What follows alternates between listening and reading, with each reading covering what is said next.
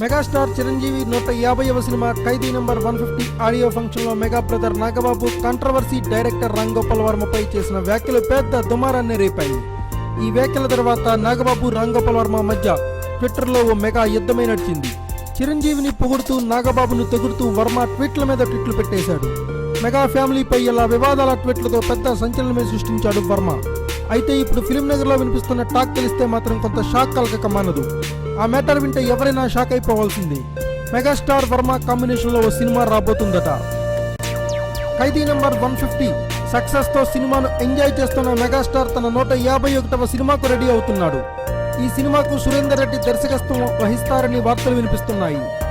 ఈ cinema complete అయ్యాక megastar 152వ సినిమాను వర్మనే డైరెక్షన్ చేస్తాడని ఫిల్మ్ నగర్ వర్గాల సమాచారం. ప్రస్తుతం వర్మ సర్కార్ 3 చిత్రం షూటింగ్ లో బిజీగా ఉన్నాడు. ఆ సినిమా పూర్తవగానే చిరు కోసం సర్కార్ తరహా కథను సిద్ధం చేస్తాడట. దీనిపై ఇప్పటికే చిరుతో రామ్ గోపాల్ వర్మ మాట్లాడాడని చెబుతున్నారు. వర్మ ఎప్పుడు ఎలా ఉండేది తెలియదు కాబట్టి ఆ సినిమాపై మెగాస్టార్ కాస్త కన్ఫ్యూజన్ లో ఉన్నాడట.